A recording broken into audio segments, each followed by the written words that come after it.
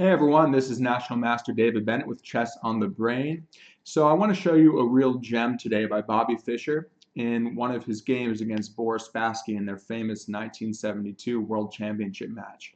So what I did is I looked at chessgames.com. I just Googled Bobby Fischer chess games, pull up his chessgames.com profile, which is really nice what they did there. You can see if you look down, it shows you his winning percentage in the database, 72%. And you can see his openings that he liked to play. Obviously, as black, he really liked the King's Indian, and you'll see the Sicilian Najdorf, if I'm saying that right. And as white, you see a lot of e4 openings. And then you see some notable games, which are always fun to look at. And if you go to the Fischer-Spassky World Championship match, it'll give you a really nice history, gives you a breakdown of it, and then you can pick some games. I mean, I think it's great to look at world championship matches. You just see the highest level of chess. And this game in particular is incredibly instructive. I think the one I pulled was, so I went down, I was showing this to some of my students, two brothers I teach earlier today, and I said, hey, look at this. He won in 27 moves. Let's see how he crushes Spassky in 27 moves right here in a Nimzo-Indian. It's funny, I was actually just looking at the Nimzo-Indian with a student as well. So, yeah, the Nimzo-Indian is just such a great opening. So let's jump to the game. It's a really great opening. I used to play it. I haven't played it recently. But the thing about it is you just create these imbalances right from the start. You create these differences between your position and your opponent's position. And that's really, it's the Silman thinking technique from Jeremy Silman, who's someone I've learned from a lot from his how to reassess your chess that I read in high school when I was really getting into chess. And I would really recommend that. So I'm just going to kind of harp on that technique and hopefully pass that on to you if you haven't read his stuff. So it might be a little bit of a shortcut, but I would recommend pick up that book, How to Reassess Your Chess.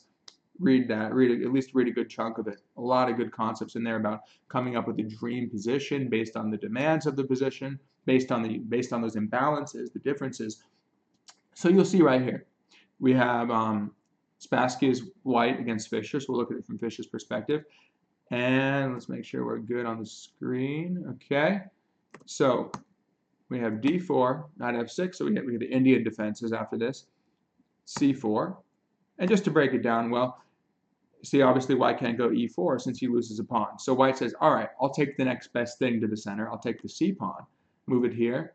And of course, hey, if you let me go e4 later on, I'll do it, which happens in the King's Indian a lot of times, where the knight goes here, therefore supporting the pawn on e4.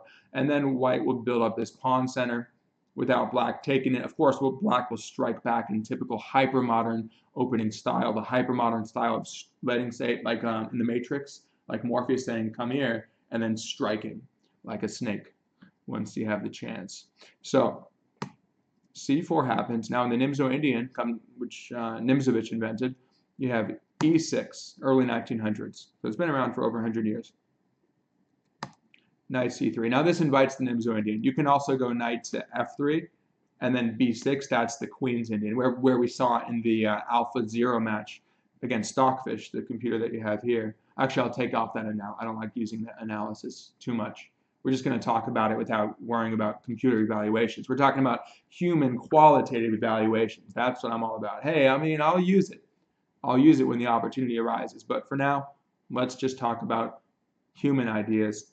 And they didn't have computers back then. They were pretty damn good still. So I think we can learn a lot from it. So knight c3, bishop to b4. Okay, so what's the idea of bishop b4? A few things.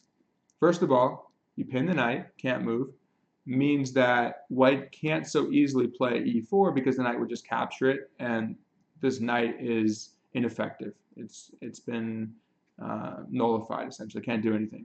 So you pin the knight, therefore restraining white. It's really the idea is restraining, restriction. So you're indirectly controlling that, and a lot of times you will follow up with this maneuver anyway and get the bishop on that diagonal to further control those key light squares. Okay, so after bishop b4, and also another thing is we might want to take on c3. So we double the pawns. And this game, Fischer does that. Sometimes they don't do it, but in this game, Fischer does it, which shows you a really instructive example of the bishop against knight imbalance. Since black parts with the bishop pair, okay, that means he needs to make his knights go to work. So we'll get into that. Those are the main ideas behind the Nimzo-Indian, in addition to rapid development. You got your knight out, get your bishop out, castle your king, and keep attacking. Undermine white center. Knight f3, c5. That's very typical in the Nimzo. You can castle right away, but c5 is very typical. Again, we're undermining the dark squares here. We're playing against those dark squares. And of course, next we'll play for the light squares. But in this game, he actually, yeah, there's certain games, again, where the bishop goes to b7. In this game, the focus is going to be a little more on the dark squares, as you'll see. So pawn goes to e3. Knight goes to c6, rapid development. Both are developing. Bishop d3, getting ready to castle. White feels pretty comfortable here. He's got 3 pieces out. He's ready to castle. He's got a little bit more central control. 2 pawns on his fourth rank. Black only has 1 pawn on his fourth rank, and it's not quite as much in the center as this well-supported pawn on d4. So bishop takes c3. So Fischer ensures that he's going to get that imbalance before, say, queen c2 happens. Oops, queen c2. Fischer ensures that he's going to get to double the pawns, because then the advantage may not be as clear if you make, if you take it and the queen gets to take, and there's no real weakness, and white gets to say, hey, I have the imbalance, potentially an advantage of the bishop pair, and what do you have to show for it? Well, in this game, there's clearly something to show for it. So b takes c3. Now this is an interesting idea that you'll often see in the Nimzo-Indian. What do you think it is? What do you think black did here? Now keep in mind, you need to address the needs of the position in front of you. You can't just say, hey, I feel like doing something just because I want to attack your king or something. It needs to address the specific needs of the position in front of you based on the specific imbalances of that position. So in this position, we have, again, the doubled pawns and the knight versus bishop in balance. So we have 2 knights and a bishop. Those are our minor pieces, white's minor pieces. Keep it clicking over there. Our 2 bishops and a knight. So what he wants to do is shut down the position so the knights will benefit and the bishops will be clogged up. The diagonals won't be as effective. So he does d6. What's the idea of d6? Well, not just to defend c5. I don't think he really cares about pawn takes pawn, tripling the pawns, which will quickly recoup anyway. I think what he wants to do is to prepare for e5. You'll see this happening very quickly because Spassky says, hey, let me take the center.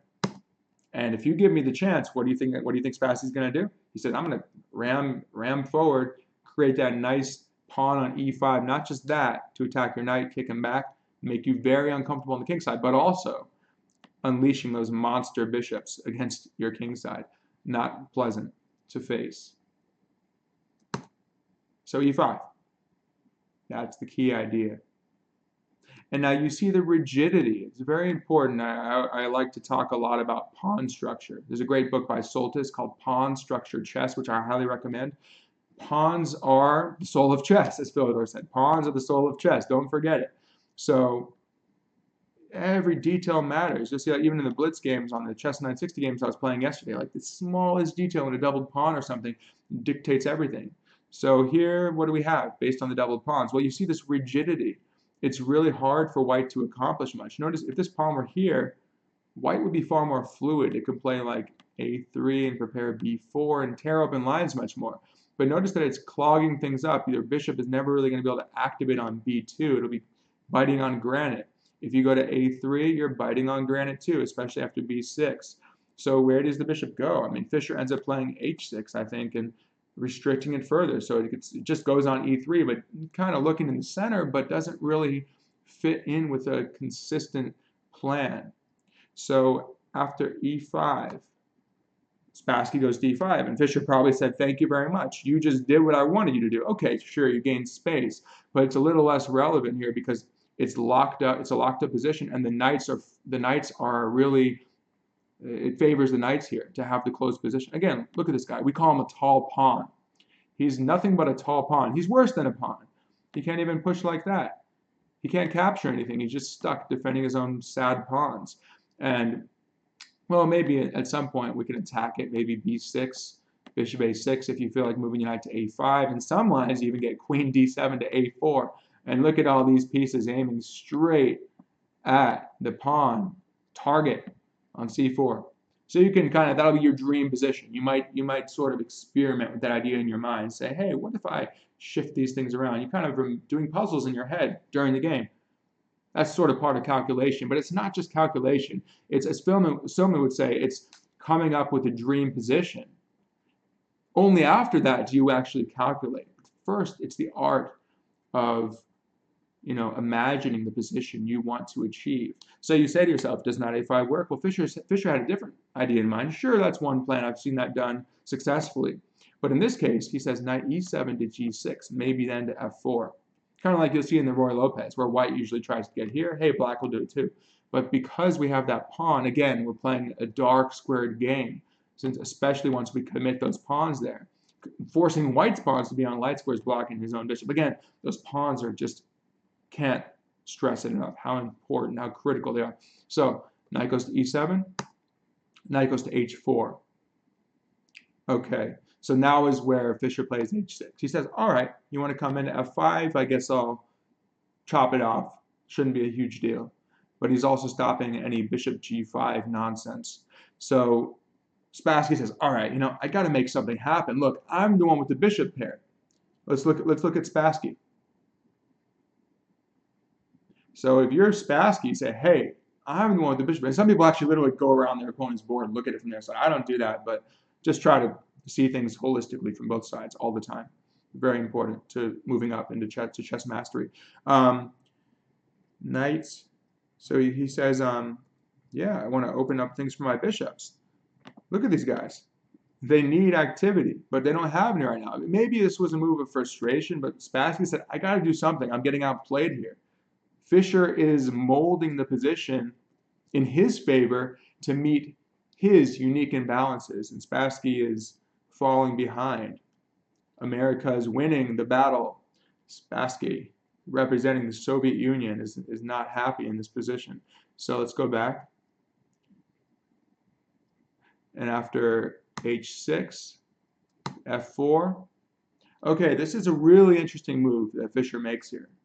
Really interesting idea. So this is willpower. Something sort of I like to get into psychology of chess. Something that's really important in chess is willpower. You have to insist on your own ideas. So after f4, take. If you take, well, then the bishop just takes back. Now he's got a target on d6. That doesn't look pleasant. Let's do that. Takes. Oh wait, can he go g4? There might be may not work tactically. Let's see. Takes. Do you have to take back right away? Interesting. Bishop takes, g5. What would happen there? Am I missing some tactic that he would have? I don't see any tricks immediately with like e5. But maybe that's the answer. e5. Okay, now we have a big mess. Because if you take, bishop takes back, hitting this. Wait, but then, the knight can't even move. Yeah. If he was able to, if the rook were out of the way, then the knight would hit the bishop, and then then the knight would still go back to here, and then you'd play g4. Okay, it would be a big mess. But in this case, you're pinning it, so it's fine. That's interesting. So I think we can check on, let's see what, okay, I'll just click on it for a second. Let's see if it agrees. g5. It still thinks that white is good, though, after e5. Yeah, it thinks that white is good there, which is why he didn't do it, yeah. But, so you wouldn't want to take on f4. It says the best move is just castle. If you play g5, e5, and now it just says bishop g4 is the best move. Not taking. Yeah, now that's just winning. Because you're hitting this, and I don't think you want to take this. That's just massacre. Because you get the piece back, but this king is stuck in the center, the bishop, the pawn. Now Spassky finally achieves a favorable position for his bishops. Queen's coming in, king's castling, rook's coming in, everything's coming in. That's not favorable. Okay, so that's why he doesn't want to take it. That would be giving in. So don't give in. Fight for your ideas. Fight to ensure that you do not give in to your opponent. That's when you give over the initiative. You hand them the initiative on a silver platter, the initiative being control of the game, who's dictating the pace of the game. Don't give that up to your opponent. Knight g6. Knight takes g6. F takes g6. So he takes it. He says, all right, I got some double pawns. Let me give you some double pawns. But notice, Fischer's double pawns are better for him than Spassky. So we have a new imbalance. Now we still have the two bishops. The sad bishop on d3. Oh, I feel bad for him. But hey, that was a result of how Spassky handled the pawn structure, and Fischer handled it brilliantly. So, in a way, it's simple. It was just clog it up, but Spassky was hoping that his imbalances would favor him, but the resulting complications resulting from f4 favored Fischer, as you'll see. So he gets to take on e5. It seems okay. It's like, hey, look, you got this pawn that could be attacked here and here potentially, maybe even g6. I got a protected passed pawn on d5, protected by those guys. Can push it somehow. Well, the bishop can. Sorry, the knight can maybe block him later on if you castle. But hey, it feels like he's gotten something. But appearance versus reality, right? Appearance versus reality. I think we're seeing that a lot of that today in the 21st century. Appearance versus reality. Let's get to the truth of the matter. That's what we're talking about in chess. Maybe that's why I'm particularly passionate at the moment for various things. But we got to get to the truth of the matter, right? That's what chess teaches us to do. Dissect the position. Don't give in to these superficial things. It's like the Great Dictator speech, right? By Charlie Chaplin. I like that. That's a good fake speech in the Great Dictator. But don't give in to the superficiality. Come on, let's get to the heart of the matter. Let's get to the truth of this position. That's why I like to play chess. And to prove to myself that, hey, my brain is still working. I can still win sometimes. If you win, maybe something is going right? You probably can't be too crazy if you could pull off a cool win. At least over the chessboard, you have it going on, right? And then hopefully you could take that from the chessboard to your life. But I think there's a certain it sharpens your mind. It makes you. It's sort of what's the word? It's sort of a confirmation. Like, hey, you can still win. You still got it, right? It's always a fun thing. But really, it's about that you can seek the truth, like a journalist, like anyone, like an investigator. You're trying to get to the heart of the matter, or like they should be doing. I know there's a lot of critique of that these days, but good journalism, you should be trying to find out, investigative journalism, what is really going on here? What's the story? Well, what is Kaisa telling us? What is the goddess of chess telling us in this position? After bishop e3, okay. So what I'm saying about these pawns, that the appearance is that they're, sorry for my little tangent there, but the appearance is that they're kind of weak, that they can be attacked. But don't just go based on it looks a certain way. You have to make almost ugly moves sometimes, based on the truth of the position, based on pure understanding, and sometimes pure calculation, and an intuition as well, which you'll develop. But you got to look at sample lines. Say, how can this pawn really be attacked? Not so easily. I can attack, meanwhile, your pawn and your pawn over here. Watch what he does. It's brilliant. So brilliant. So many nuggets of wisdom in this game, which hopefully I can extract for you. So after castles and castles, a4. Now another interesting. Fischer, see, he makes an ugly move. Look, see, you can understand positional chess. You could learn positional chess and know, oh look, it's a backward pawn on b6. The rook can go here and he can attack it. But we have to. I guess it's a second level, higher order, second level thinking. I think it's like going beyond that, saying, I know it looks that way, but I got to make this contrarian move, and that's sort of applied to investing strategy as well. You got to make those contrarian moves, not based on the trends, not based on some understanding that's been passed around, but based on the unique situation that presents itself in front of you. So after a5, rook b1, yeah, he attacks b6, but look, you've stopped his a pawn in its tracks, and you've equally given white a weakness on a4 in addition to your weakness on b6. Now again, which one could be more easily attacked? I think a4. I think a4, because after bishop here, you can possibly go here, you can maybe win that guy. Also, you can easily guard this like that, but notice that they can't really attack yours unless there's some type of pin that they can work on, but we'll deal with that. But you see, I think we're the ones that are benefiting from this particular pawn structure, and you got to be paying attention to every nuance. So after rook b1, bishop d7, rook b2, rook b8. Okay, so we guard it while applying pressure here with our bishop. Okay? He doubles this way. Interesting. I'm not really sure about that. He's kind of, I think Spassky says, let me just trade into an endgame. I don't like the middle game very, or sort of, yeah, we're in a middle game, late middle game, and he wants to go into an endgame. So Fischer prepares to connect his rooks, Queen, bishop c2. Now another deep move, g5, meets the needs of the position. Now it's kind of cool because these doubled pawns here give Fischer more of a luxury to push his pawns in front of his king, especially the g pawn, the leading pawn, because it's as if, imagine this pawn's gone. Well, you would still have these pawns, like a regular situation. You're just missing your f pawn, but at least you have g7 and h6. So what? So you have a g pawn that's moving, but this pawn actually covers more squares, and it furthers your dark square game, your dark square strategy of, hey, maybe that knight can sink in on f4.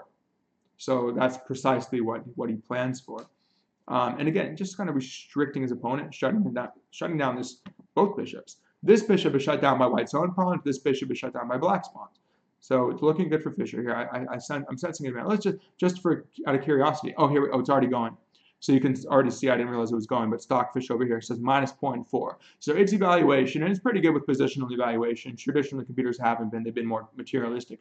But looking at this minus 0.4, so we see that it thinks black is up half a pawn. So it thinks black's slightly better. Let's get rid of that. I thought I stopped it. Okay. Oh, I started again, I guess. Okay, bishop d2.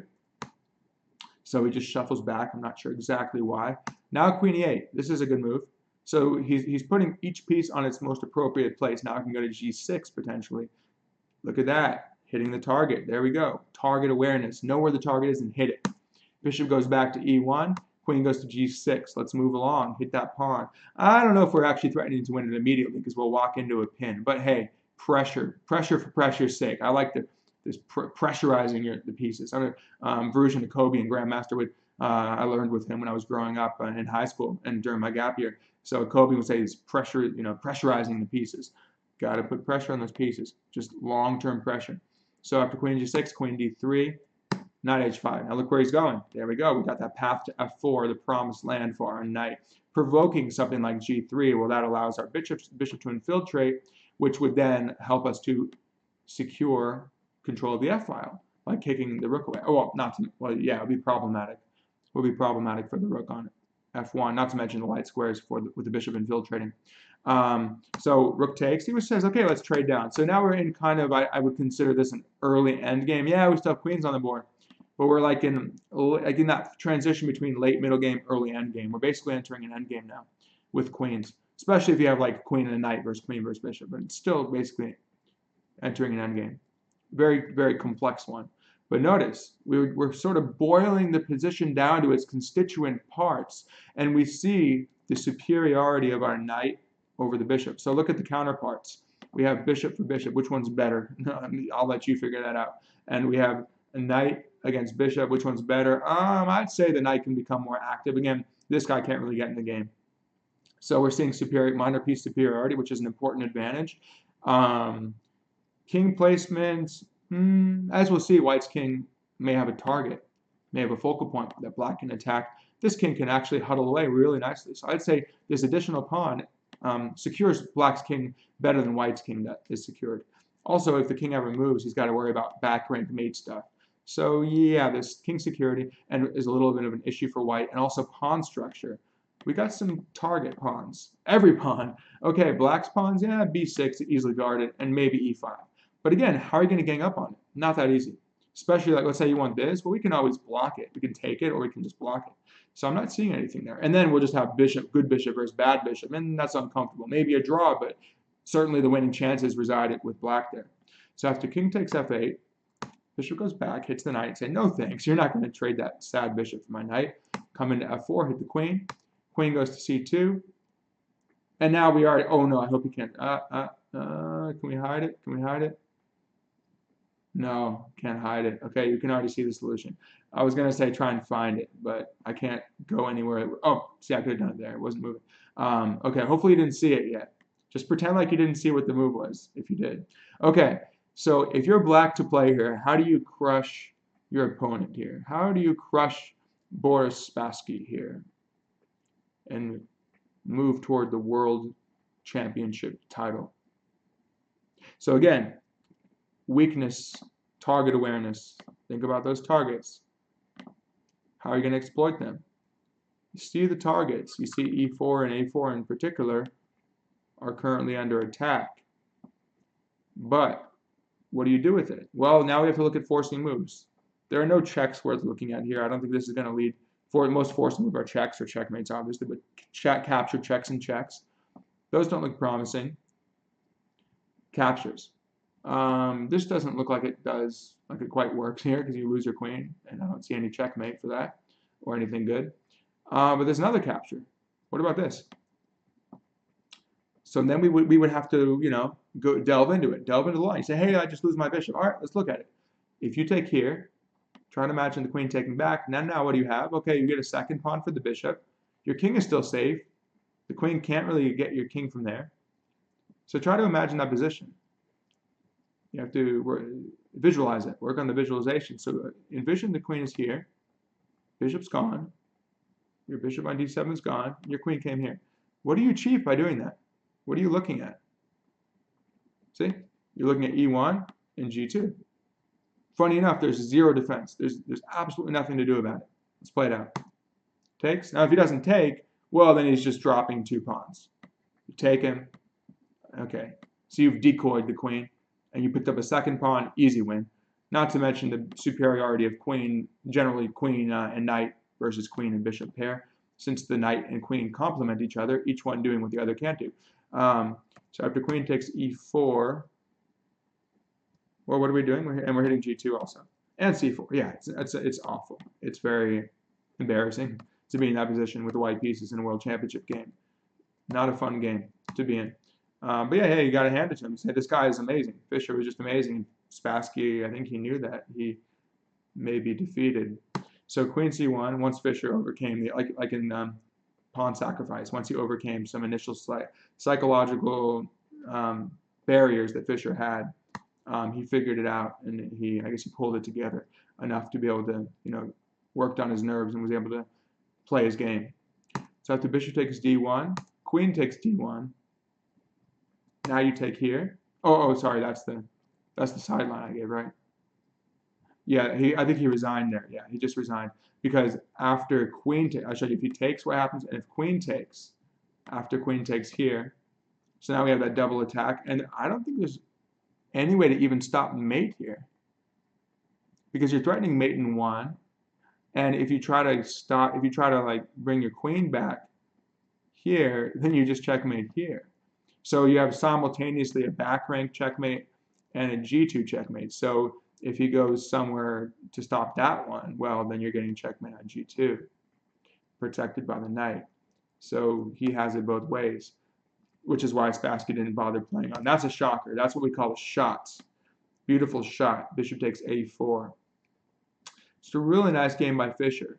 And it shows you another instructive thing about this position is you can still attack your opponent essentially in an early endgame. You're entering the endgame, you think, oh, it's going to be boring now. I think the endgame is infinitely fascinating, which I'll get into. It's very important to win games by mastering the endgame. But you can see that there's a lot of play in this position. I mean, especially given that it's locked up, there's these latent tactical possibilities, and the position just suddenly explodes, and you break through. So yeah, really beautiful game by Fischer, and demonstrates his superiority in that game. Of course, it was a good back and forth battle throughout the championship. But yeah, just keep in mind that Nimzo-Indian, creating imbalances, you always want to try and create something. I'm always saying to myself too, like learning from these types of games, use these as models and say to myself, okay, how can I get something out of this position? I don't care what it is. I need something to work with. Give me something to work with. Once he takes on c3, now he's got something to work with, and he molds the position in his favor. So hopefully that was helpful, and let me know if you have any questions about how Fischer went about doing that. I'm trying to understand the best I can as an observer, but yeah, just doing this a lot, really trying to understand grandmaster games. You start thinking more like a grandmaster the more you do it. I'm not there yet. I don't think so, but one day hopefully. But yeah, you just try to start to think like a grandmaster by absorbing their ways. You have to study their games. Go on chessgames.com and just have fun with it. Look through the whole entire World Championship. Flip through it. Let me know if you have any questions. And again, feel free to submit your games to me. I haven't gotten any submissions after the initial 4 that I did. So feel free to submit a game to me, and I can do some in-depth analysis of your games, just like I did of this game here. All right. Well, enjoy your chess adventures and have a good weekend.